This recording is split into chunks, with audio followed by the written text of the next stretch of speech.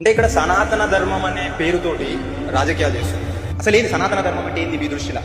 అంటే వాళ్ళకు వీళ్ళకు చిచ్చులు పెట్టడమా, ప్రజలలో మత విద్వేషాలు రెచ్చగొట్టడమా సనాతన ధర్మం అంటే?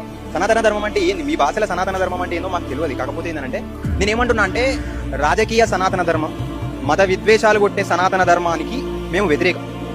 This is clear.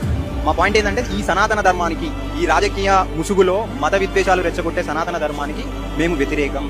మనిషిని మనిషిగా చూడలేని ఏ ధర్మం కూడా అది పనికిరాదు ఈ సమాజానికి. ఏ ధర్మం అన్నా కానీ విచ్ రెస్పెక్ట్ లా, ఏదైతే లాను గౌరవిస్తుందో, ప్రజలకు అనుగుణంగా ఉంటుందో మాకు అదే కావాలి.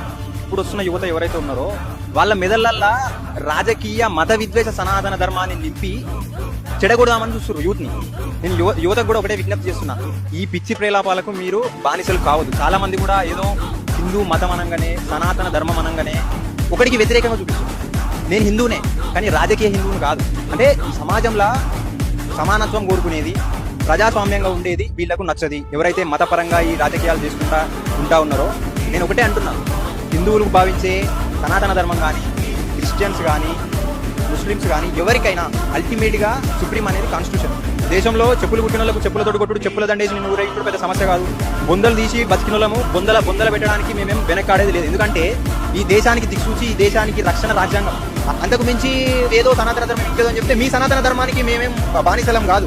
Which respects law, which respects due to the public, we will accept what ever.